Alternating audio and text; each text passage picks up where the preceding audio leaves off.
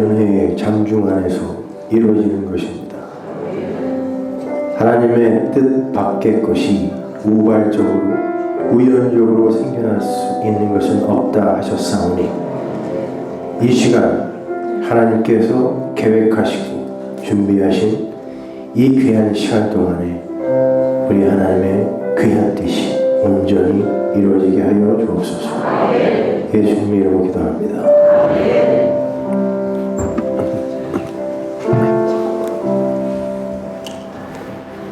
네.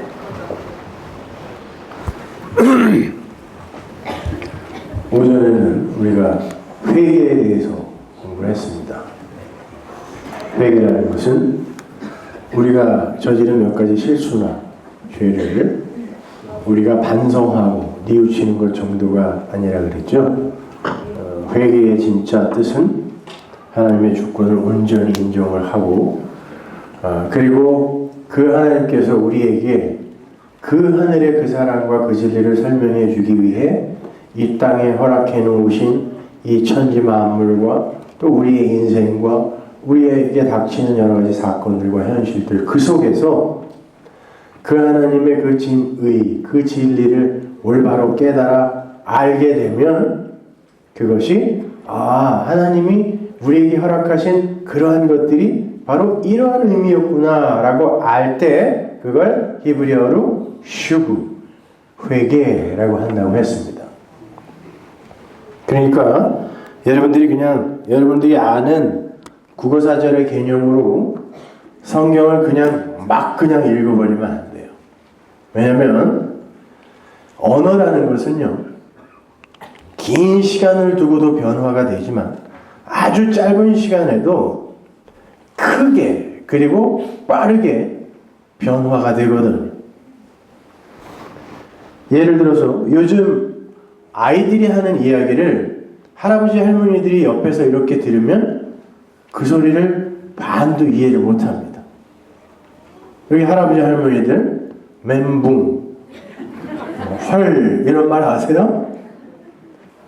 아이들은 그 이야기로 소통을 하는데 불과 얼마 떨어지지 않은 그 세대에 있는 그이들은 그 소리를 못 알아먹어요. 마찬가지입니다. 여러분 성경이 쓰여졌을 때의 그 의미와 가까이 우리말로 그게 번역이 되었을 때에 그때 쓰였던 그 단어의 의미와 여러분이 지금 국어사전으로 갖고 있는 그 단어의 의미는 또 달라요.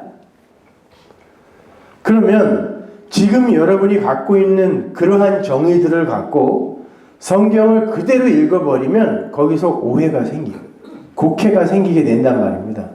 그래서 반드시 성경을 읽을 때는 그것이 쓰여졌던 그 시대로 거슬러 올라가서 그 시대의 배경이라든지 역사적 배경이라든지 어떤 생활적인 습관이라든지 여러 가지를 다 고려하여 이해를 해야 되는 거란 말이에요. 그러니까 회개라느니 안식이라느니 기쁨이라느니 이런 것들 그리고 숫자들 많이 나오죠 성경에 셋, 넷, 다섯, 일곱, 열 이런 것들도요. 그 당시에 구약에 그런 숫자가 많이 나오는데 그런 숫자들은요 구약이 쓰여질 때에는 아예 아라비아 숫자로서의 개념이 아니었단 말이에요. 히브리어로 성경이 쓰여져 있을 때 여러분이 알고 있는 1, 2, 3, 4, 5, 6, 7, 8 이런 글씨가 아예 없었습니다. 그리고 하나, 둘, 셋, 넷도 아니었다니까요 이것이요. 그러면 여러분이 지금 알고 있는 일곱째 날, 여덟째 날, 내지는 두 마리, 10계명 이런 것들이 여러분들이 그냥 단순히 일반 고유명사로 그냥 이해해버리면 안 되는 거예요. 그걸 반드시 여러분이 무슨 뜻인지 해석하고 들어가야 된다니까요.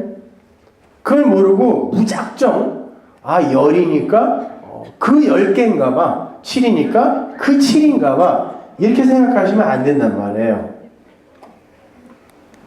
생각해보세요 여러분.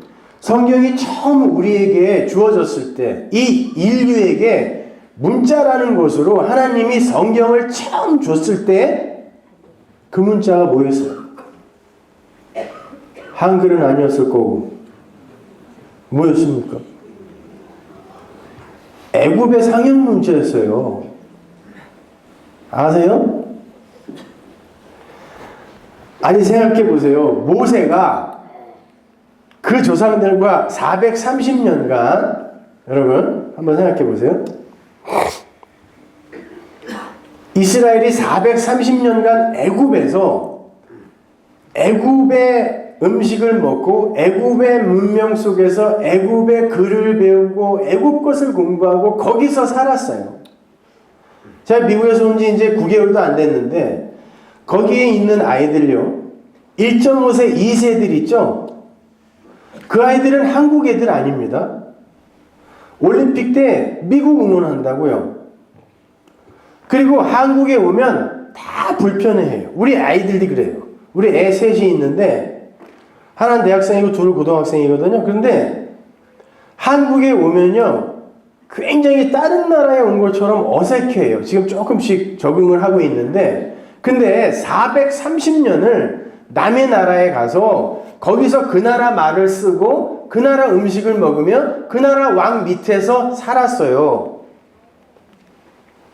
여러분 그들이 히브리 말을 다 잃어버렸습니다. 여러분 왜 하나님이 애굽으로 보냈을까요?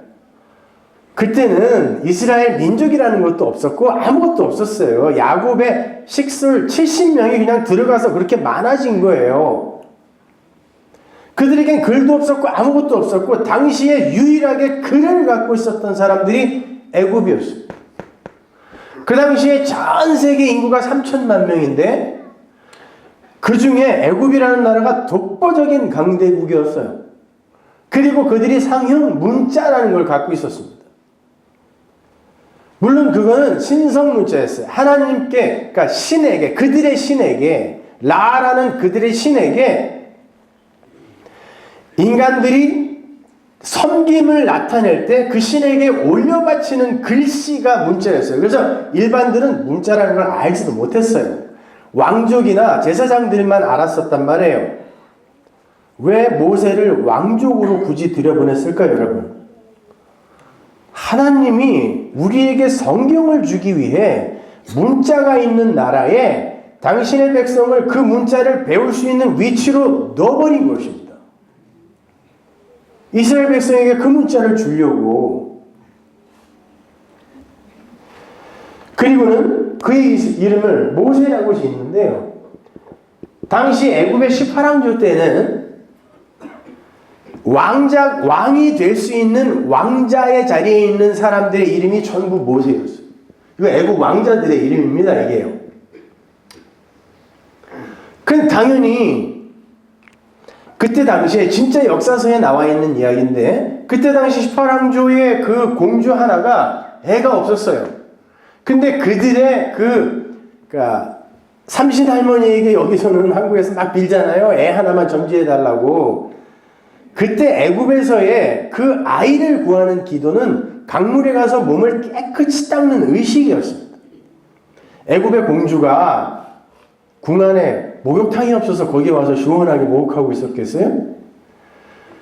애굽의 공주가 애가 없어서 정결 예식을 해하고 있는데 웬 바구니에 아기가 하나 떠내려오네? 금방 기도의 응답으로 받았겠죠. 데리고 간 거예요. 데리고 가서 이름을 뭐라고 줬겠어요? 왕자니까 모세라고 줬다고요. 하나님이 이 모세를 끌어내요. 그러면 이 모세가 나중에 가서 우리 하나님이 내 백성, 하나님의 백성을 여기에서 끌어내래 라고 맞닥뜨렸던 그 왕의 이름은 뭐겠어요? 모세라니까요. 역사는 항상 그래요. 애굽의 모세, 세상의 모세와 하나님의 모세라는 말이 무슨 말이냐면 여러분 조금 아까 샘물과 같은 보혈은 임마누엘의 피로다 찬양했죠. 모세라는 말이 물에서 난 자예요. 물에서 건져낸 자 이런 말도 있지만 물이 낸 자라는 뜻이에요. 그런데 세상에 모세가 있고 하나님이 보낸 모세가 있어요. 왜 이런 말을 쓰냐면 창세기 1장이 여러분 하나님의 그 7 언약에 관한 기록이거든요. 거기에 보면 그 물에 대한 이야기가 나와요. 어떻게 나옵니까? 창세기 둘째 날에. 첫째 날부터 가볼까요? 첫째 날에 하나님이 빛이 있으라 하셨는데 그 전에 상태가 어땠어요? 혼돈하고 공허하고 흑암이 깊음 위에 있죠. 그런데 하나님의 신 르와흐 엘로힘 성령이 어디 위에 운행해요? 수면이요. 물이 있네요. 그 물이 뭐겠어요? 잘 생각하셔야 돼요. 하나님이 태초에 천지를 창조하셨어요. 왜 창조했냐면 내가 누구인지를 가르쳐 주기 위해 너희에게 이 땅과 하늘을 창조해 준다라고 베레시트 그렇게 시작을 해서 성경이 열린다고요. 그런데 그 하늘은 이 땅에 있는 인간들이 이성 안에 담을 수가 있는 내용이 아니에요. 그건 솔직히 얘기해 보세요. 여러분 하나님 부르고 계신데 여러분 진짜 그 하나님이 누군지 그려면 그릴 수 있어요? 설명해 그러면 설명할 수 있냐고. 내가 아는 만큼만 아는 거예요. 그분은요. 진짜 그분. 노자가 이야기했죠. 야 뭐가 있긴 있는데 내가 뭔지 모르겠어. 그래서 노자는 그걸 뭐라 그랬냐면 무라고 했다니까요. 무는 없는 게 아니라 진짜 있는데 내가 모르겠는 걸 무라 그래요. 그래서 이 역사는 그 하나님을 인식을 할 수가 없어요. 그래서 하나님이 이 땅에 이 피조물, 신이 아닌 피조물들에게 당신을 계시하기 위해서는 반드시 그들 수준의 시간과 공간이라는 게 필요한 거예요. 그게 태초에 하나님이 천지를 창조하셨느니라 창세기 1장 1절이란 말입니다. 그러니까 이 역사와 이 천지 만물은 바로 그 하나님을 설명하기 위한 하나님의 교보제란 말이에요. 재료란 말입니다. 그러면 그 하늘을 알기 위해서는 그 땅이 뭔지를 알아야 되는 거예요. 하늘과 땅을 창조했으니까. 그런데 이 땅이 뭐냐면은 이 에레츠라는 이 땅이 이 의미가 뭔지 아세요? 이브리어 파자 하면 하나님이 당신의 백성을 잡기 시작하는 곳이란 뜻이에요. 그래서 하나님은 하나님의 백성들을 건질 때 낚시를 비유해서 이야기하시죠. 사람을 낚는 어부가 되게 하리라. 이 단어가 낚시바늘이에요. 낚시바늘. 하나님이 당신의 백성들을 그 복음 그 진리로 낚아 올리는 곳이 땅이라는 뜻이에요. 에레츠.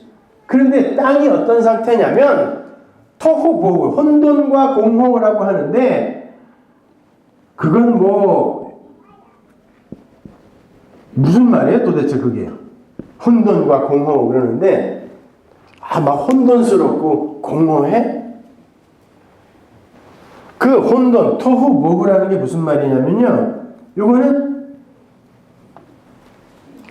정말 황폐하고 황량한 사막, 광야 이런 거를 이야기하는 거예요. 정말 황폐하고 황량해. 물이 없어. 그래서 요 보후라는 건 내용도 없어 이런 뜻이에요. 그 안에 내용도 없어. 틀도 없고 내용도 없어. 그게 땅이라는 거예요. 그런데 땅에 무슨 틀도 없고 내용이 없어요. 다 있잖아요. 이렇게 사람도 있고 산도 있고 강도 있고. 무슨 말이냐면 땅을 그 안에 하나님이 진리로 담아놓은 그 내용으로 해석되지 않으면 그건 그냥 없는 거야 이런 말이에요. 그건 아무것도 아니야. 너희들이 눈으로 봐서 인식하는 그건 좋다. 금은보화 좋다 그러고 좋은 차 좋다 그러고 멋진 집 좋다고 하는데 그게 하나님의 진리로 이해되어지지 않으면 그건 그냥 없는 거야 이런 말이에요. 혼돈과 공허라는 게.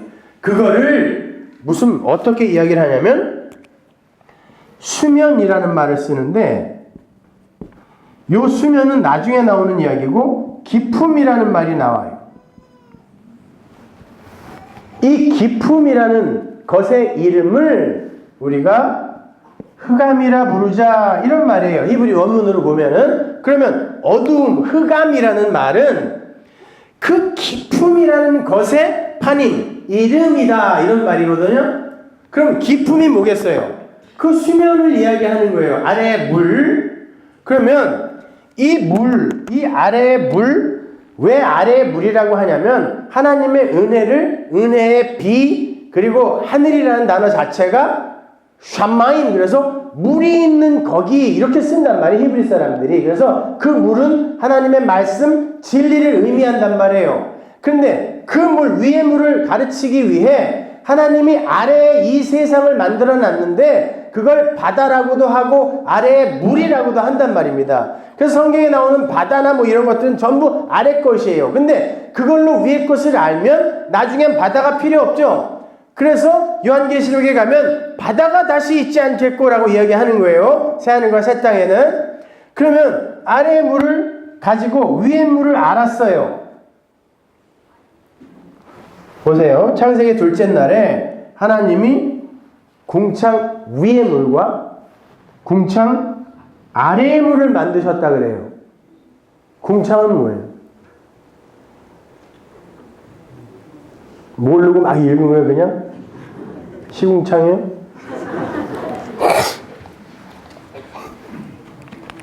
하나님이 위의 물과 아래의 물로 바다를 나누시고 그 위의 물과 아래 물의 가운데라는 말을 써요. 히브리어로 그 가운데라는 말이 타베크라는 말이에요. 근데 이게 무슨 말이냐면 요 위의 것과 아래의 것을 나눠놓고 요 아래의 것을 갖고 그 위의 것을 가르치기 위해서 하나님이 뭔가를 우리에게 이렇게 허락하시는 게 있겠죠. 교집합, 그렇죠? 예를 들어서 하나님께서 그 율법, 그 진리, 그 말씀을 설명하기 위해 이스라엘에게 성전을 주시죠. 그럼 그 성전을 올바로 이해하면 그게 바로 복음이거든요. 근데 그 성전을 복음으로 진리로 이해하지 못하고 그냥 그 성전에서 계속 제사만 지내면 그거를 율법으로 그 성전을 인식한다라고 하는 거죠. 그러니까 그 성전은 사실은 위의 것을 설명하기 위한 눈에 보이는 아래 것으로 준 거잖아요. 그거를 갖다가 타베크라 그래요. 이렇게 여기 이 부분. 근데 성경에 뭐라고 나오냐면 요 가운데 타베크에 궁창을 만들었다 그래요. 근데 이 궁창이라는 게 뭐냐면 요 가운데 그렇게 하나님이 위의 걸 가르쳐주기 위해 눈에 보이는 건 나타난 것으로 우리에게 뭔가를 줘야 되는데 그걸 가운데라고 하는데 거기에다가 궁창이라는 걸 만들었대요. 이걸 라키아라고 하는데 이 라키아라는 단어 자체가 금 같은 거를 망치로 얇게 펴서 뭔가를 덮으면 그걸 라키아라 그래요. 근데 성전에 있는 모든 기명은 전부 금을 펴서 그걸 덮었죠. 그 성전을 이야기하는 거예요. 그 성전을 글로 풀어 쓴 게 뭐예요? 성경이라니까요. 그러면 반드시 여러분은 아래의 그 성경을 갖고 위의 진리를 깨달아야지 그걸 여러분이 인식하는 아래의 도덕과 윤리로 그냥 읽어버리면 안 되는 거예요. 그랬을 때 여러분이 이 아래의 그 물, 우리에게 주신 그 성경, 그 말씀, 그 설교, 그걸 갖고 그 위에 하나님이 우리에게 하시고자 하는 말씀을 깨달아 알았을 때 샘물과 같은 보혈은 우리를 구원하는 임마누엘의 피가 되는 거지. 그냥 여러분이 이 아래 것을 아래 것으로 이해해버리면 이거는 완전히 여러분을 멸망시키는 저주의 책이 된다니까요. 불경이 여러분을 망하게 하는 게 아니에요. 그 스님들의 설법이 여러분을 망하게 하는 게 아니라 그냥 그걸 표피적으로 보아 그냥 이해해버리고 그걸 그냥 여러분이 받아서 열심히 행해버리면 바리새인들처럼 하나님이 여러분에게 이 독사의 새끼들아라고 욕을 할 거란 말입니다. 아까 우리 찬양 인도하신 우리 전도사님이 그러대요.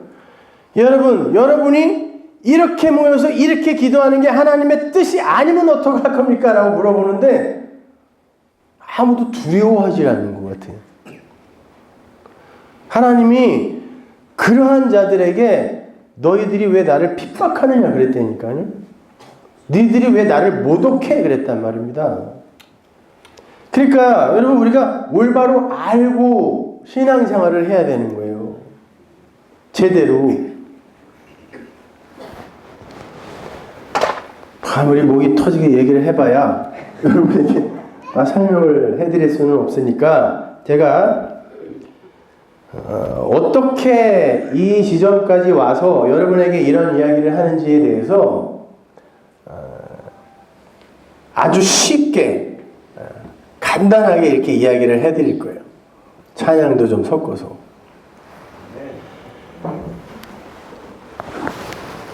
저도 원래 열심히 하면은 정말 한열심 하던 사람이었어요.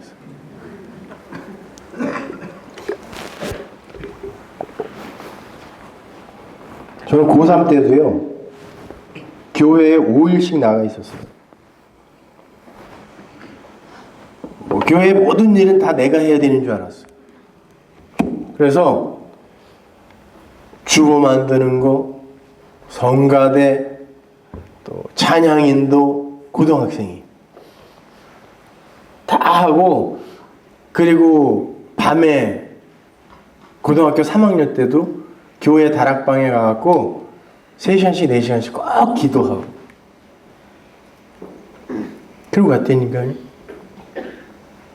그런데 그때는 그게 전부인 줄 알았어요. 왜냐면 저에게 성경이 뭔지, 진리가 뭔지, 복음이 뭔지, 그리고 진짜 복이라는 게 뭔지, 그리고 성도의 본무라는 게 뭔지를 제대로 가르쳐준 사람이 없었어요.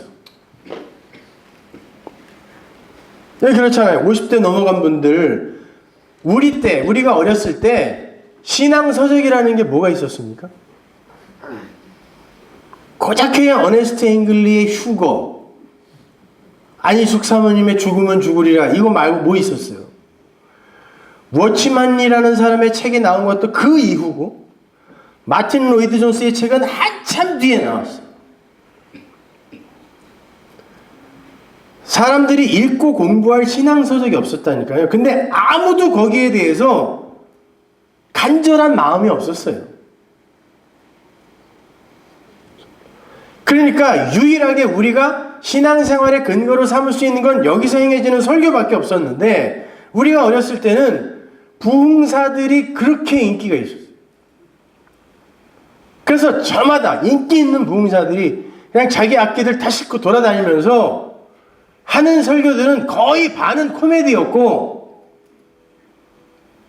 반은 이 교회 이제 곧 건축한다면서요, 하나님은 이런 골방에 사시는데 당신들은 그렇게 따뜻한 아파트에 살고 이게 말이 됩니까? 그래서 그냥 교회 건축하고 뭐 이러는데 사람들 그 열심을 동원하고 하는데 뭐 그런 설교, 열심히 주일 성수하여 구원받고 11조 잘해서 복받자, 이게 우리 교회 표였거든요. 난 그런 설교밖에 못 들었었어요. 그래서 그 어린 나이에 정말 부흥회는 다 쫓아다녔어요. 기도원이란 기도원은 하여튼 굴 속에 안 들어가 본 데가 없어요. 알고 싶으니까요. 그리고 이렇게 살아서는 안 되겠다라는 그런 간절함이 있었거든요.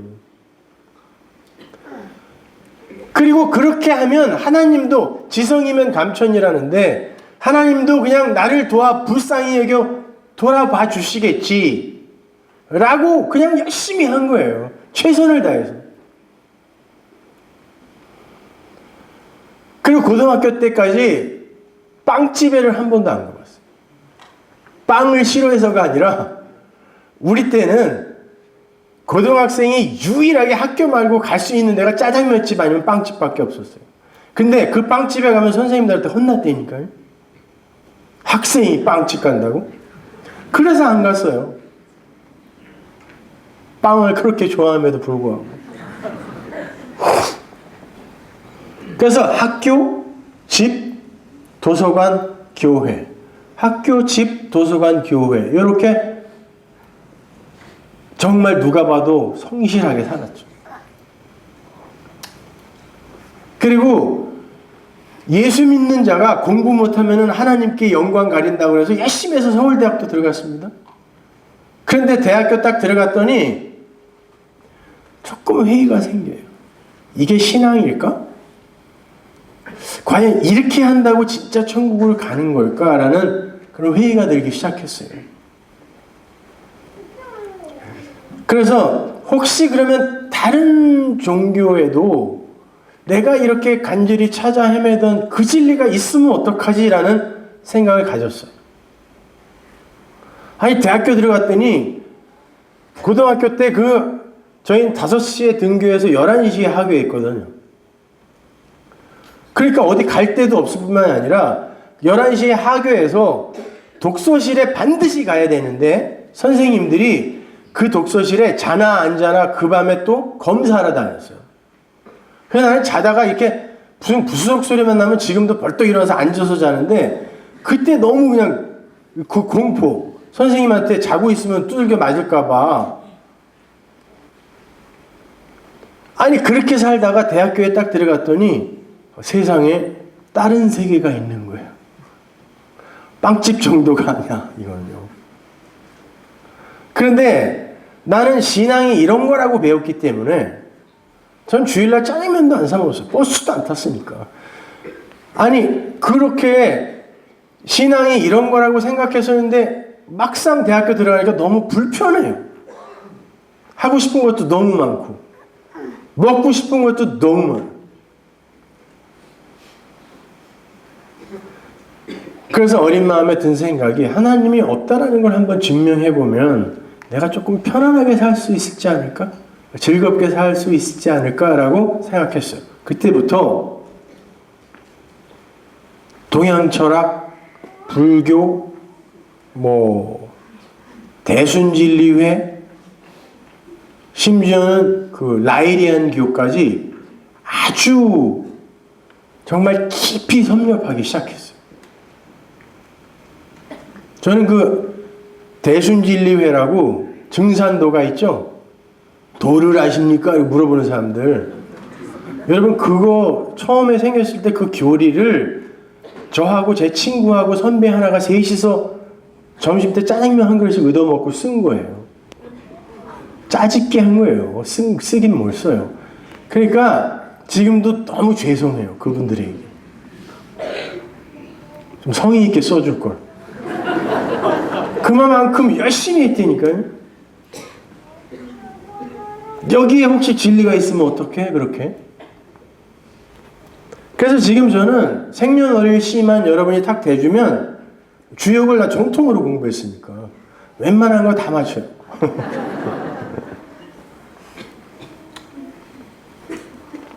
그런데 아무리 공부를 해봐도 거기에는 진리가 없어요. 나를 자유케 해주는 진리가 없어요. 불경을 죽어라고 팠습니다. 그래서 웬만한 스님들보다 제가 불경을 더 많이 봤어요. 동안거 하한거 다 들어갔고 3000배 수업시 해봤고. 근데 불경을 읽는데 석가모니가 우리가 어디서 와서 어디로 가는지를 대답을 못해줘. 진리 하는데 그 진리가 뭔지를 설명하는 불경이 없어요. 그냥 건너가라 저기에 진리가 있다 하고 끝이에요. 그게 아제아제 바라아제잖아요. 저기 건너가면 진리가 있어. 마치 모세가 가나안 저편에서 저기 가면 진리가 있다 그래놓고 광야에서 쾌 죽은 거랑 똑같은 거라. 그럼 모든 종교는 다 율법, 구약에서 끝나요. 건너가라 저기 율법 있다. 저기에 진리가 있단다. 그리고는 진리가 뭔지를 설명을 안 해줘요. 그러면 뭐냔 말이에요, 이게요. 그래서 불경도 덮었어요. 노자, 장자, 도가사상 공부하면서 수많은 기적을 봤습니다. 도가에 입문한 도인이라고 그러죠, 우리가요. 그 노자, 장자의 도가가 마술 부리고 이러는 게 아니에요. 그 자기 안에서 그 무아를 경험한 사람들에게 있어서 나타나는 어떤 그런 능력들 이런 거 이야기하는 거지. 실제로 축제 붓 쏘는 사람도 있고 콩 3개를 갖고 사람 귀신 들린 사람 정말 확 귀신 쫓아내는 사람들도 있고 몸무게가 200kg 가까운 스님이 도가 공부하는 그 스님이 3단 돌려차기로 그 풍경을 사는 것도 봤고 인간으로서는 어떻게 설명할 수 없는 그런 무수한 기적들을 많이 봤어요. 그런데 그 도가의 창시자들인 중림칠현들이 어떻게 죽는지 제가 역사서를 보고 보면서 그래? 도가에 정통하면 결국이 이렇게 되는 거야? 라고 생각하니까 그것도 아니야 또. 마지막으로 혹시 저 외계인이 있다는 걸 밝히면 아니 그 하나님의 그 성경을 많이 반박할 수 있겠어요.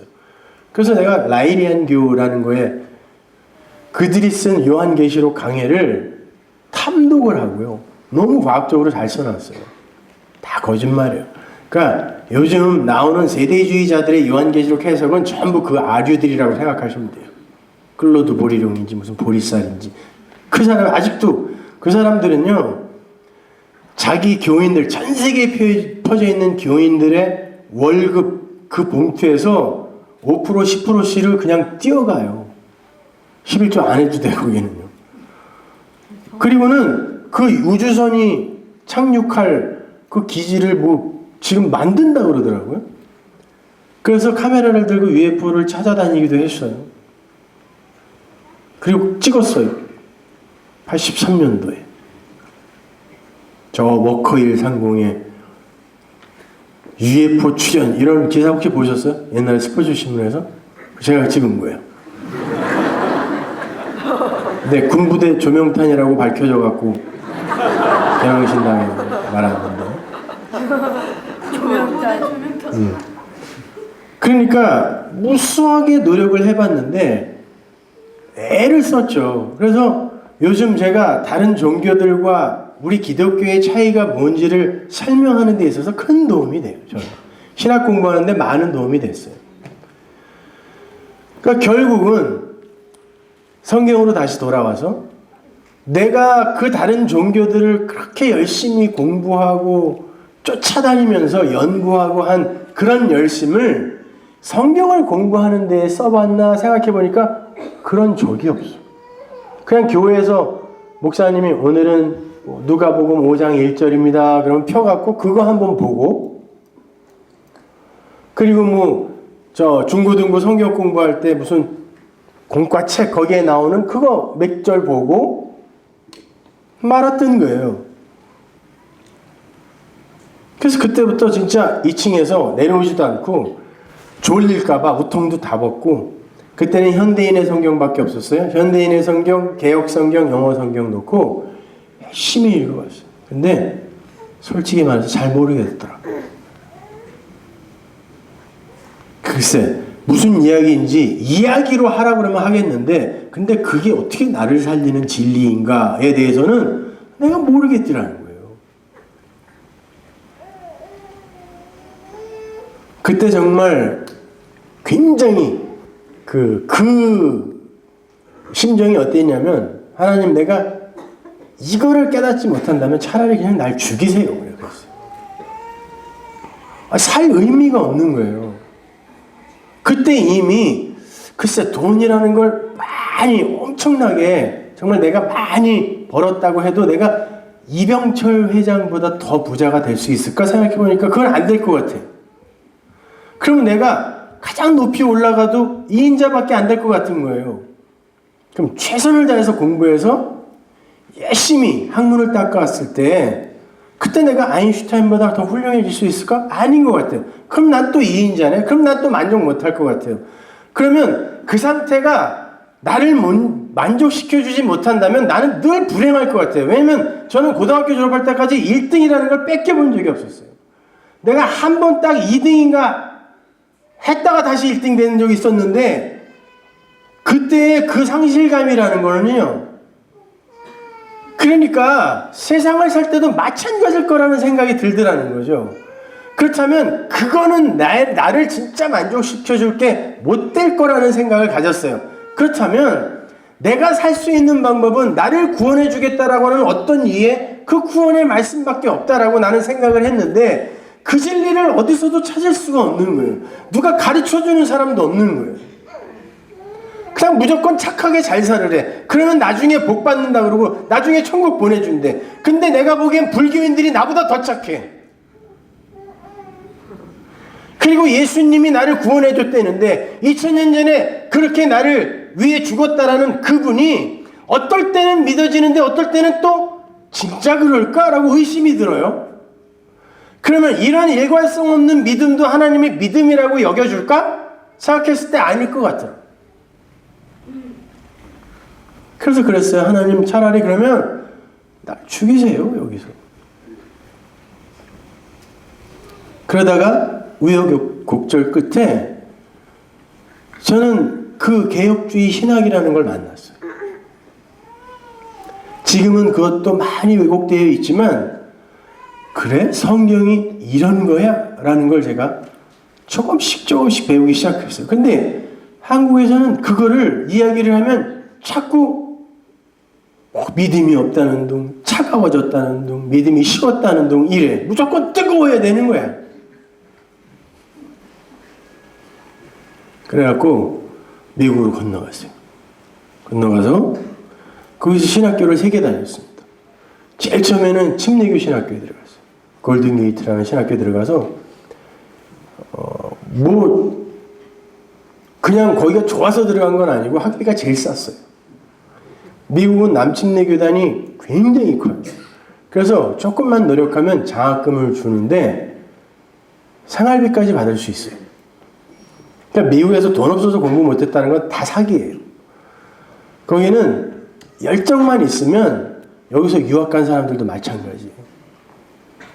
장학금이 남아도는 학교가 미국 학교라고. 그래서 침례교 신학교에 들어가서 침례교에 대해서 아주 잘 공부했어요. 정통으로.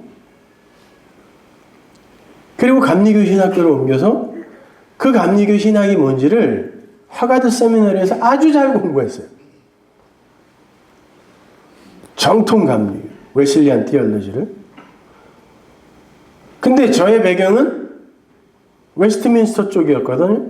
그래서 이 3가지를 아주 정말 그 기쁘게 열심히 공부를 했어요. 그리고는 이 3가지의 교집합을 만들었어요. 도대체 뭐 때문에 이렇게 갈라진 거예요, 기독교가? 근데 그 뿌리를 찾아 올라가 보면 사실 아무것도 아닌 거예요. 그러니까 지금 교단이 장로교 교단도 수천 개가 되는 게 사실 따지고 보면 아무것도 아닌데, 그래서 그 교집합을 만들어서 그렇지, 이게 기독교라면 내가 내 목숨 걸 수 있겠다라는 생각을 가졌어요. 근데 이제 신학교 때는 벌이가 있어야 되잖아요. 그래서 당연히 전도사를 해야 돼요. 그것도 대형교회에서 하면은 월급이 좀 나요. 그래서 제가 미국에 있는 이제 오누리 교회 청년부 담당 전도사가 됐어요. 근데 강대상에서 전해지는 설교와 제가 깨닫고 이해한 그 기독교가 너무 달라요. 근데 내가 가르치는 청년들이 거기에 그냥 아무것도 모르고 열정도 없고 지식도 없고 그냥 이렇게 선동하면은 우르르 끓는 그런 감정은 있는데 성경에 대해서 지식도 아무것도 없어. 근데 그냥 그러고 있는 거예요. 때로는 학교도 휴학하고 단기 선교를 가기도 하고 심지어 자기가 가진 모든 걸 다 털어서 아프가니스탄을 가기도 하고 이러는데 굉장히 공허해하는 거예요. 이게 전부인가? 이렇게. 그래서 제가 그 아이들을 데리고 성경 공부를 하기 시작했는데 싫어하는 거예요, 교회에서. 왜냐면 교인들이 많이 알면 골치 아파지니까 성경 공부를 못하게 막아버렸어요. 스탑, 중지. 그냥 애들하고 재밌게 놀아주라는 거예요. 내가 무슨 유치원 부모예요? 애들을 즐겁게 해주고 애들이 교회에 오고 싶게끔 만들어만 주면 된다는 거예요. 그럼 그 부모는 당연히 자연스럽게 쫓아온다는 거죠. 그런데 그럴 거면 뭐하러 그렇게 죽도록 고생하면서 신학을 하냐고요. 그거는 아니다 싶었어요. 그래서 아이들을 데리고 몰래 성경 공부를 시작했죠. 그리고 그때 받은 월급은 그 청년 아이들 수백 명 됐어요. 그때 큰 교회였으니까. 아이들 책 사주는데 다 썼어요. 한 푼도 안 남기고. 제가 읽었던 유익한 책은 10권이고 20권씩 사가지고 읽던 안 읽던 무조건 줬어요. 한 권만 제대로 읽고 진짜 기독교가 뭔지 고민해보라고. 아니 내 말은 안 들어도 좋으니까 차차가 공인한 그러한 이 신학자들 책, 이 목사님들의 책을 단 한 권만 읽어보라고 사서 줬어요.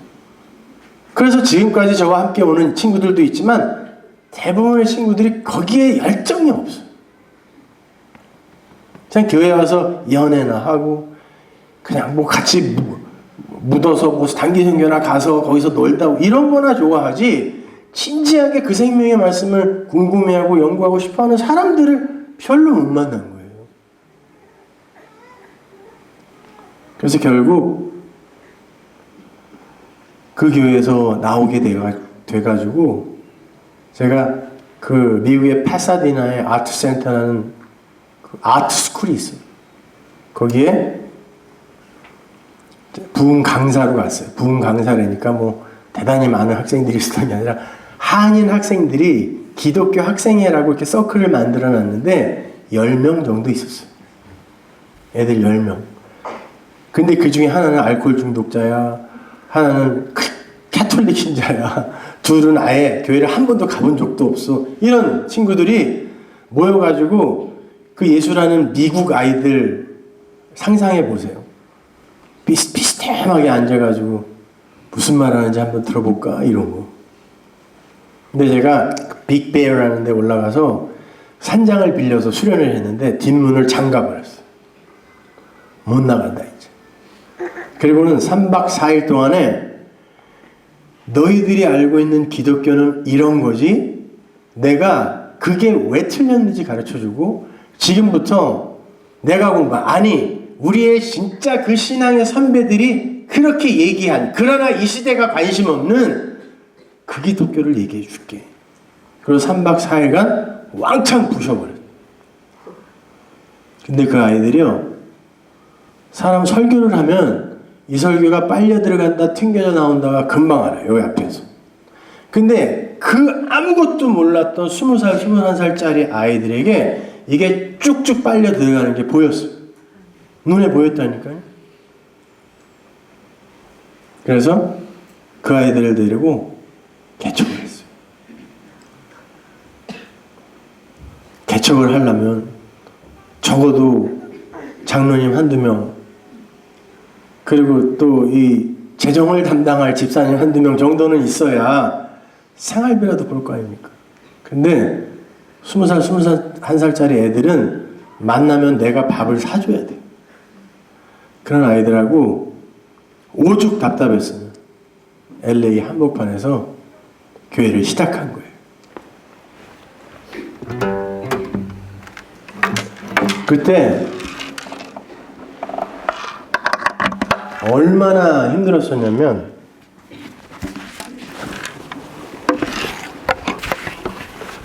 우리 아이들 제가 아들 셋이 있다고 그랬잖아요. 근데 지금도 그렇지만 그때도 아주 애들이 먹성이 좋아서 산처럼 먹었어요.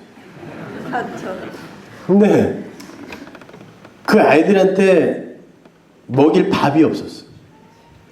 애기 낳아보신 분들 알지만 애기들이 2-3살, 4살 얼마나 귀엽습니까? 그때 진짜 내가 이 세상에 이 아이들을 낳은 보람을 그때 다 느끼잖아요. 근데 그 아이들에게 먹을 걸 줄 수 없는 부모의 입장이 돼보셨어요? 쌀을 한 주먹을 갖고 이거를 그냥 묽게 죽도 아니고 쌀 물처럼 끓이는 거예요. 그리고는 일주일씩 그거를 먹였어요. 새 아이한테 먹였다고.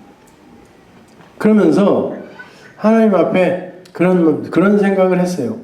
사람들이 제가 교회를 개척한다고 그랬을 때, 아니 신학교를 졸업하고 목사 안수를 받을 때 뭐라 그랬냐면, 목사님이 가지고 있는 그 재주, 그것만 잘 활용하면 금방 대형교회 목사 될 수 있다 그랬어요. 왜냐면 제가 전도사고 하고 그럴 때 그냥 무작정 사람들이 저를 좋아했어요. 노래도 열심히 하고 뭐 사람들한테 싫은 소리 안 하고 이러니까, 설교하기 전까지는.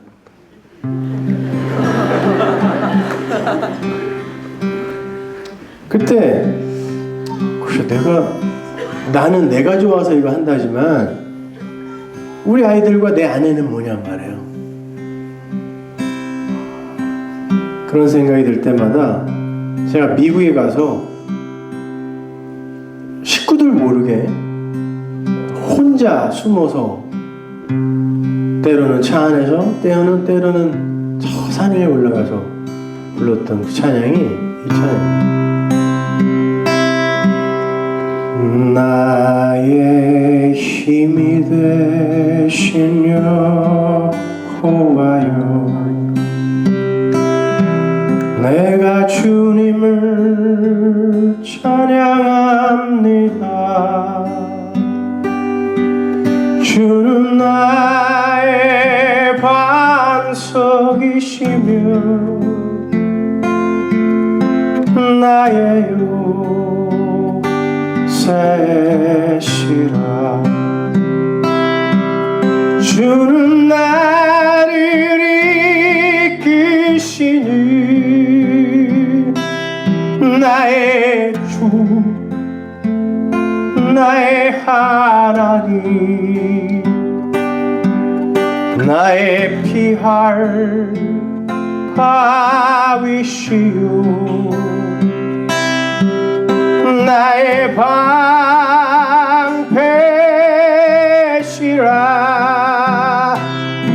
나의 하나님,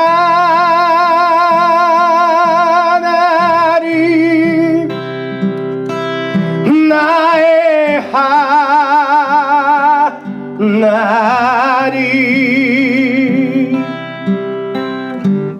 구원의 우리시요, 나의 반석이라.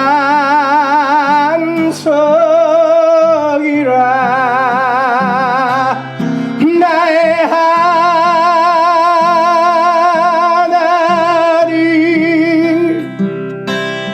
나의 하나님,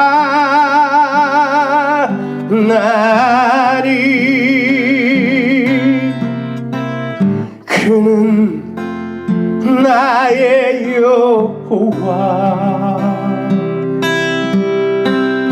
나의 구세주, 나의 생명이신 여호와여, 내가 주님을 사랑합니다.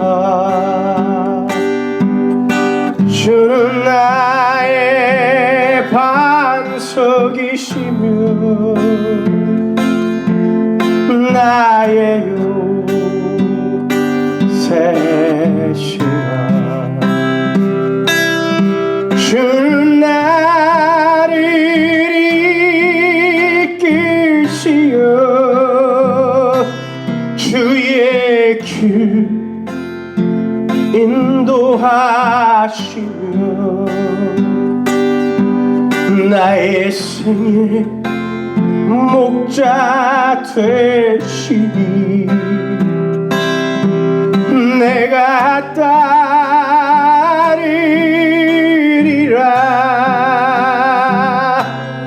나의 하나님,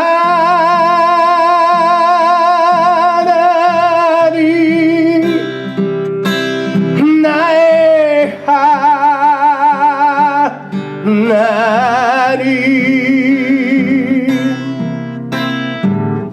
생명의 멸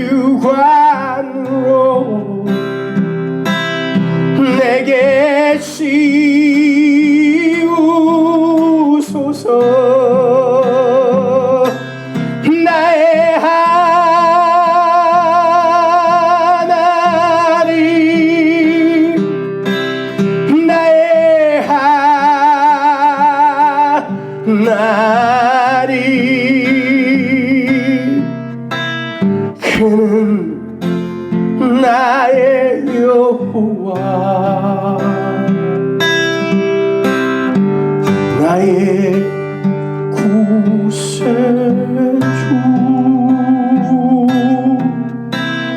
그는 나의 여호와 나의 구세주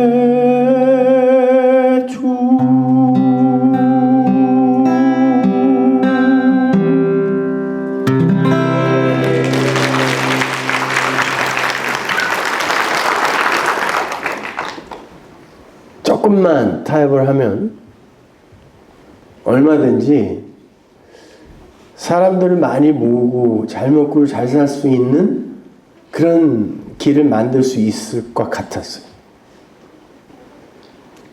그리고 조금만 내가 원색적으로 던지지 말아야 할 말들을 조금만 아끼면 사람들에게 그렇게 비판의 대상이 되고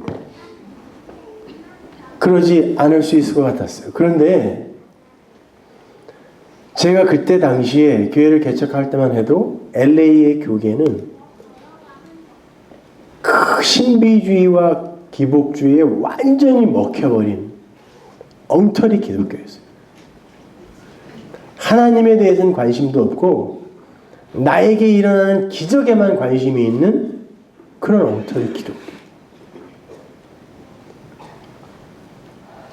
그래서 오히려 세상 사람들이 그때 이혜령 선생이 그러더라고요. 니들이 믿는 예수는 세상을 구원하겠다고 죽은 예수 아니냐?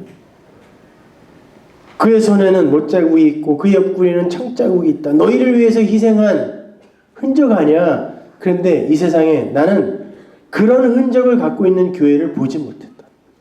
전부 독선적이고 배타적이고 이기적인 인간들이 모여서 이 땅에서도 하나님의 힘을 도움을 받아 지들만 잘 먹고 잘 살고 천국까지도 자기들 것으로만 붙들고 있는 그들이 믿는 교회, 그들이 믿는 예수가 무슨 예수냐 조롱을 하면서 칼럼을 썼더라고요. 그래서 그때 이름을 서문화 교회로 지은 거예요. 서문화 교회는 요한계시록에 나오는 7교회 중에 고난의 대명사인 교회. 그러나 하나님에게 칭찬만 받은 교회. 그래. 그 고난 잠깐이야. 그러나 너희가 그 고난을 통과하면 너희는 정금같이 나올 거란다. 라고 칭찬받은 그 교회. 아이들에게 그랬어요. 우리가 그런 교회 하자. 사람들 많이 모이고 멋진 예배당 짓고 그리고 세상 사람들에게도 칭찬받는 그런 교회 말고 하나님에게 칭찬받는 그런 교회 하자. 힘들고 어려워도. 그러니까 아이들이요. 그때부터 미국에는 그라지 세일이라는 게 있어요. 자기 그라지 차고 앞에다가 못 쓰는 물건들, 못 쓰는 건 아니죠. 오래된 것들, 안 쓰는 거 이런 거를 그라지 앞에 쫙 펼쳐놓고 싸게 파는 거예요. 그러면은 이제 뭐 책도 팔 수 있고 가지고 있던 옛날 옷까지도 팔 수 있고 그러잖아요. 왜냐면 우리가 첫 달 그 렌트비라 그러죠. 월세. 첫 달 월세를 마련을 해야 어디서든 시작을 할 거 아니에요. 근데 20살, 21살짜리 아이들이요. 그라지 앞에다가 자기 책, 입는 옷, 지금 쓰고 있는 전축 이런 거를 갖다 내놓고 팔기 시작했어요. 올바른 교회를 시작하겠다는 일념 하나고요. 그 가난한 학생 아이들이요. 그리고 한국에서 유학 온 아이들이니까 아파트를 뭐 2군데서 이렇게 살고 있으면 아이들이 한 군데로 합쳐. 그리고 그 한 아이의 아파트 값을 헌금하고 또 미술대학 아이들이니까 열심히 방학 동안에 아르바이트 해갖고 그 돈을 또 헌금하고 그렇게 해갖고 첫 달 렌트비가 마련이 됐어요. 그런데 그 첫 달 렌트비를 우리가 주고 들어가려고 했던 그곳이 어떤 곳이었냐면 어떤 집사님의 건물이었는데요. 딱 한 4, 50명 들어갈 만한 조그만 건물이었어요. 그런데 첫 달 렌트비가 3,000불 정도, 300만 원 한 달에. 근데 그 와중에 이분한테 어떤 일이 일어났냐면 이분이 기도원 같은 것을 산에다가 이제 은행에서 융자를 얻다가 잘 지어놨는데 예전에 한 10년 전쯤에 캘리포니아에 큰 불 났었죠. 캘리포니아 남쪽에. 그때 다 타버린 거예요. 보험도 안 들었는데. 그러니까 빚만 남은 거예요. 그러니까 그 상태에서 이분이 이제 그 건물 달랑 하나 남았으니까 그 빚을 어떻게 해서든지 이걸로 해결을 해야 되는데 아니 세상에 이분 꿈에 하나님이 나타났다는 거예요. 신비주의 교회에 다니던 이 집사님이니까 또 하나님이 꿈에 나타났으니까 얼마나 또 근데 나타나가지고 뭐라 그랬냐면 너에게 그걸 빌리러 온 김성수 목사한테 그 건물을 공짜로 빌려주라고 그랬다는 거예요. 그 이분이 사시나무 떨듯 덜덜덜덜 떨면서 저한테 찾아온 거예요. 왜 그러냐 그랬더니 하나님이 꿈에 나타나서 이 건물을 목사님한테 거저 빌려주려고 그랬다는 거예요. 속으로 이 웬 떡이냐. 역시 나와 하나님은 함께 계셔. 근데 우리가 교회의 이름을 서문화로 질 때 야 우리 사람들에게 피해 주지 말고 우리 사람들에게 그 생명을 전하는 교회가 되자. 우리가 고난은 우리가 가져가자라고 했는데 그분이 뭐라고 그러냐면 목사님에게 이걸 그냥 빌려주면 저는 진짜 완전히 쫄딱 망해서 감옥 간다는 거예요. 이걸 어떻게 팔든지 렌트비를 받아서 그 이자라도 계속 갚아야 되는데 이걸 목사님한테 그냥 주면 자기는 큰일 난다는 거예요. 근데 하나님이 너무 생생하게 나타나서 너 이거 김성수 목사한테 그냥 빌려줘라고 얘기했기 때문에 이러지도 못하고 저러지도 못하는 거예요. 그래서 제가 아이들한테 모아놓고 물어봤어. 어떻게 하면 좋겠어? 우리는 지금 이 건물이 꼭 필요해. 그러면 우리는 더 이상 그라지 세일 같은 거 안 해도 돼. 너희들이 너희 집에 있는 전축이나 자전거, 소파 이런 거 안 팔아도 돼. 그냥 받을까?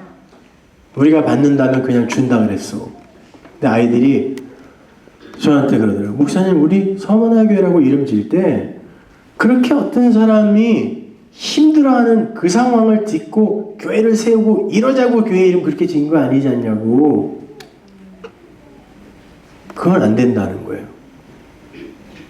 얼마나 가슴이 그냥 찡하던지. 그 집사님한테 가서 집사님 이거를 그냥 우리가 받은 걸로 할게요. 안 된다는 거예요. 하나님이 꼭 주라 그랬대. 그래서 하나님이 또 나타나거든. 줬는데 안 받았다고 그러라고. 그러니까 집사님은 준 거고 내가 안 받은 거라고. 그랬더니 그러네요. 그러더니 팔았어요. 병원에다가. 그래갖고 빚 해결 잘하고 저희는 이제 또다시 원점이었어요. 근데 저는 그때 알았어요. 아, 하나님이 우리에게 첫 단추를 어떻게 끼우나 한번 시험해 본 거라는 생각이 들었어요. 다른 이들은 그걸 받았어야지 그걸 안 받고 또다시 무슨 고생을 사서 하냐고 막 그랬는데 왜냐면 우리 11명이 너무 기뻤거든요. 그걸 뭘로 바꿔요? 그 건물과 바꿔요? 그러다가 정말 그거보다 훨씬 더 크고 좋은 데를 더 싸게 진짜 교회, 안식일 교회, 미국에는 안식일 교회가 미국 안식일 교회는 주일날 아예 한 사람도 거기 안 와요. 그 교회에. 그러니까 토요일날 예배드리고 싹 가버려요. 그러니까 주일날은 싸게 빌릴 수 있어요. 그 교회를. 아무도 안 오니까. 그 사람들은 주일날 예배드리러 오면 마귀 새끼라 그러거든요. 그러니까 이제 우리가 싸게 빌리자 그랬더니 빌려주더라고요. 그래서 마음 놓고 다 썼어요. 우리가. 뭐 훨씬 좋았죠. 뭐. 그래가지고 이렇게 교회를 시작하면서 적어도 이 아이들한테 처음에 전했던 그 초심 그거를 잊지 말자. 목에 칼이 들어와도 설사 내가 목회를 못한다 할지라도 이 순교자들의 피를 타고 흘러온 그 좁은 문으로 흘러온 이 기독교를 꼭 들을 게 있는 자들에게는 전하자라고 하고 여기까지 온 거예요. 근데 뭐 힘들죠. 어떨 때는 LA에 있는 어떤 목사님들이 자, 너 때문에 목회하기 힘들어졌다고? 교인들이 공부를 하기 시작했다고. 자꾸 물어보기 시작했다고 그러고. 목사님이 이게 맞냐고. 옛날에는 말도 잘 들었는데 이제 조목조목 따지고 들고 그런다고. 왜냐면 방송에 계속 나갔거든요. 제 설교가. 그래가지고 뭐 밥 먹고 있는데 물컵에다가 그냥 물을 받아가지고 제 얼굴에다 뿌리고 하는 사람도 있었고. 근데 진짜 아무렇지도 않았어요. 저는. 그럼 정말 올바른 진리가 전해질 땐 반드시 이런 일이 있을 거라고 하나님이 말씀하셨으니까 내가 감수하면서 가야지 라고 한 거예요. 그리고 여기까지 왔어요. 그러나 그동안의 가족들은 얼마나 많이 힘들었겠습니까? 근데 저는 정말 가족들도 희생해야 된다고 생각했거든요. 지금 와서 너무 미안하지만. 그래서 요즘은 진짜 식구들에게 정말 잘해주려고 애써요. 그래서 먹고 싶은 거 있으면 그냥 무조건 사주려고 애쓰고. 우리 집사람이 7년 동안 신발을 딱 하나 신었어요. 한 켤레. 나중에는 바깥쪽이 다 달아가지고 원래는 저 오다리가 아니었는데 왜 저렇게 다리가 휘었나 했더니 신발이 바깥쪽이 다 달아가지고 그 상태로 신고 다녔어요. 그래서 제가 월급을 어느 정도 받게 된 그 시점부터는요, 우리 집사람이 입고 싶은 옷, 미국에는 그 굉장히 좋은 옷들을, 유행진한 옷들을 싼 값에, TJ Maxx라는 데가 있는데 싼 값에 이렇게 20불 이하로 파는 그런 데가 있어요. 옷 입고 싶으면 마음대로 가서 사 입어라. 단 TJ Maxx만 가. 아무리 많이 사와도 다른 데서 옷 한 벌 사는 것보다 더 싸.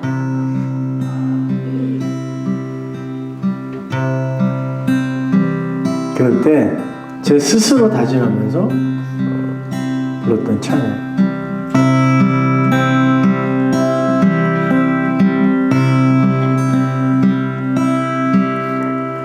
저 멀리 외는 나의 시온성, 오 거룩한 곳 아버지 집, 내 사모하는 집에 가고자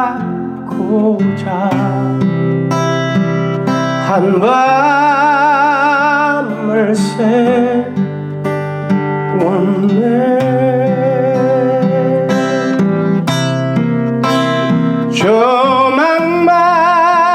조망만 바다 위에 이 몸이 상할지라도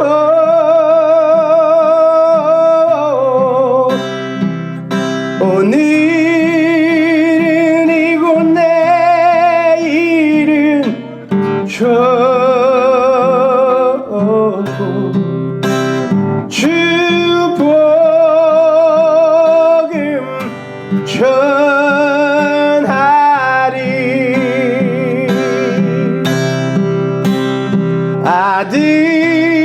아득한 나의 갈 길 다 가고 저 동산에서 편히 쉴 때 내 고향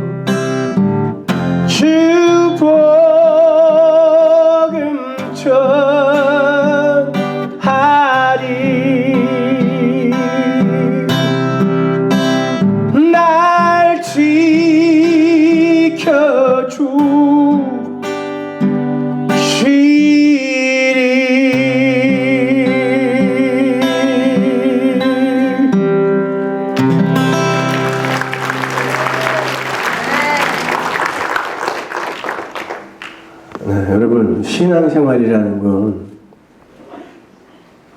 우리가 한 번 잘못 가면 그냥 거기서 끝나는 거예요. 사업은 한 번 망하면 재기할 수 있고, 대학은 한 번 떨어지면 재수할 수 있잖아요. 근데 신앙이라는 건요, 한 번 잘못 길을 들어서서 그 길로 끝까지 가서 주님의 심판대 앞에 섰을 때 이거 아니었나요? 그럼 뭐가 신앙이에요? 그거요? 그때 그렇게 얘기했던 사람이 있었는데 잠깐만 한 3개월만 시간 주세요. 내가 그때 그 이야기했던 거기 가서 잠깐 듣고 오면 안 될까요? 안 됩니다. 여러분, 우리는 영원한 생명을 걸고 신앙생활을 하는 거예요. 그런데 여러분, 얼마나 그 앞에 우리가 진지해져야 되겠습니까? 그럼에도 불구하고 우리는 우리 앞에 당면한 문제 해결을 위해서 그 하나님을 아는데 너무 소홀하고 있는 거예요. 아닙니다. 그걸로 정말 부르짖고 울부짖고 이게 맞는 거냐고, 하나님 혹시 이거 아니면 어떡하냐고 그 앞에 매달리는 그 열정이 있어야 되는 거예요. 그냥 함부로 소리 지르고 함부로 울어버려서 그냥 그때 당시에 그런 두려움을 그냥 그걸로 해소해버리면 안 돼요. 매달려야 되는 거예요. 그리고 공부하셔야 되는 거예요. 그리고 안 되거든 그 선생님들 찾아다니면서 묻고 바짓가랑이를 붙들고라도 내가 원하는 해답을 얻어낼 수 있어야 되는 거예요. 그래서 하나님이 그런 거예요. 내가 너희들에게 진리를 주마. 그러나 선생을 함께 주겠다. 그런 거예요. 잘 배우셔야 돼요. 엉터리 것들 배워서 열심히 부리다가 나는 이렇게 하면 천국 가는 줄 알았어요 하고 하나님 앞에 가서 아무리 변명을 해봐야 하나님이 내가 너를 도무지 알지 못한다 라고 말하면 큰일 나는 겁니다. 그 염소들이, 왼편의 염소들이 뭐라 그랬어요? 아니 내가 주의 이름으로 선지자 노릇하고 주의 이름으로 구제했고 주의 이름으로 귀신 쫓아냈고 주의 이름으로 능력 행했는데 하나님 왜 나를 모른다 하십니까? 그랬다니까요. 주의 이름으로 목사했고 주의 이름으로 능력 행했고 주의 이름으로 구제했고 석가모니의 이름 아니에요. 주의 이름으로 귀신 쫓아냈습니다. 그런데 하나님 이게 신앙이 아니라는 겁니까? 근데 하나님이 그래 그거 아니야 그랬다니까요. 알고 하는 거와 모르고 하는 거는 그렇게 다른 거란 말입니다. 그런데 우리가 어떻게 함부로 신앙생활을 하냐고요. 다 진지해지셔야죠. 마지막으로 제가 그렇게 그 기독교가 도대체 뭔지 그렇게 찾아 헤맬 때 정말 하나님께서 꿈속에서 천군천사와 함께 이 노래를 밤새도록 부르게 해주셨는데 오죽하면 제가 꿈에서 깨자마자 이 노래를 그냥 적었다니까요. 악보에다가. 그리고 일어나니까 베개가 정말 홍수난 것처럼 젖어 있었어요. 얼마나 울었는지. 그 내용이 뭐냐면 집, 네가 말하는 그 집, 그건 이 세상 아니야. 그 집은 여기 있단다. 그 아버지가 있는 거기가 그 집인데 왜 세상에서 그 집을 찾아?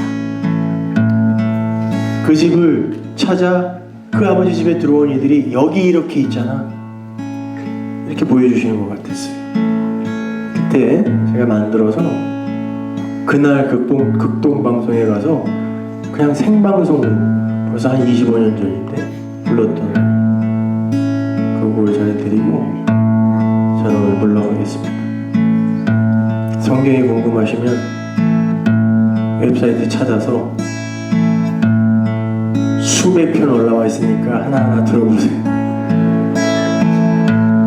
여러분이 갖고 있는 웬만한 질문, 궁금증은 그 안에 다 풀어놨습니다.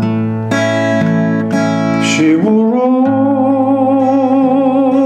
가자, 집으로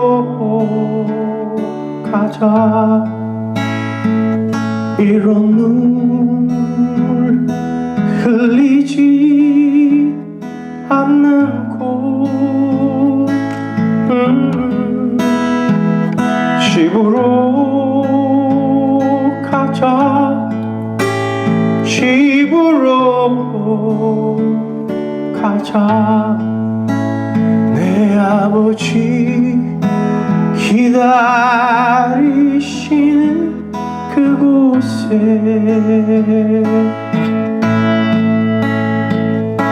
안녕 친구여 곰곰이 생각해봐 그대는 지금 자유로운지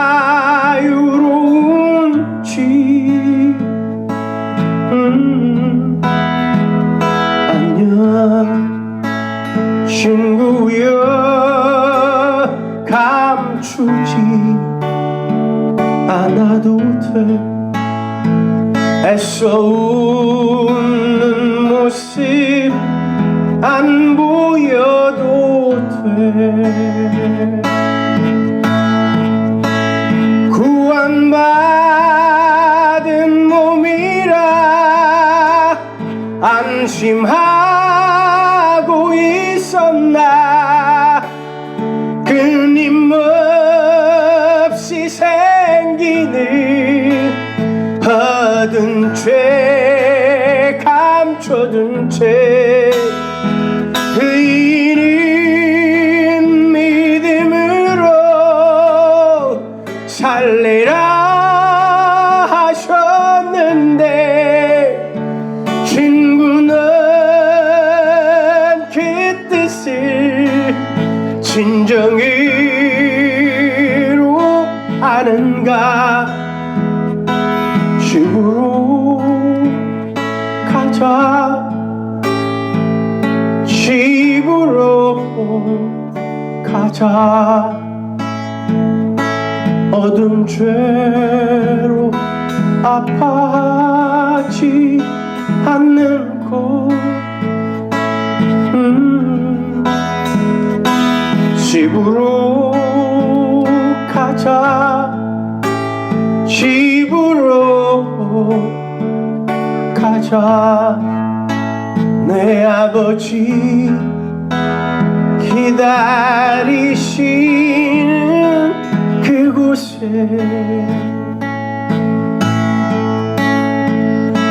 마음속 깊은 곳에 하나님이 계신가 희미한 예감으론 평안을 얻지 못해 예수님 알기 위해 얼마나 고민했나 아직도 이 세상을 그렇게 기대하나 집으로 가자 집으로 가자 이런 눈물 흘리지 않는 곳 집으로 가자 집으로 가자 내 아버지 기다리시는 그곳에 내 아버지 기다리시는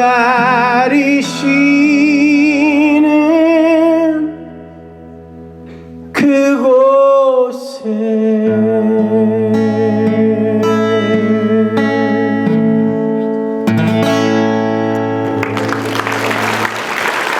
잠깐 기도하겠습니다.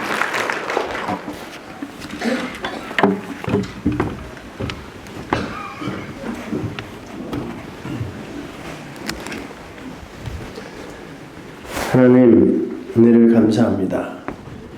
아버지께서 계획하시고 또 아버지께서 성취하신 우리들의 이 만남이 아버지의 뜻이, 아버지의 계획이, 그 작정이 온전히 이루어지는 그런 시간이었기를 바랍니다. 아버지께서 당신의 택한 백성들의 마음에 일일이 찾아가셔서 그들의 마음을 아버지께로 돌리는 데에 이 시간이 그렇게 쓰였기를 바랍니다. 하나님, 영원한 생명을 걸고 하는 신앙생활인 것만큼 더욱 진지하게 그 앞에 서게 하시고 더욱더 그 말씀을 사모하는 우리들 되게 하여 주옵소서. 예수님의 이름으로 기도합니다.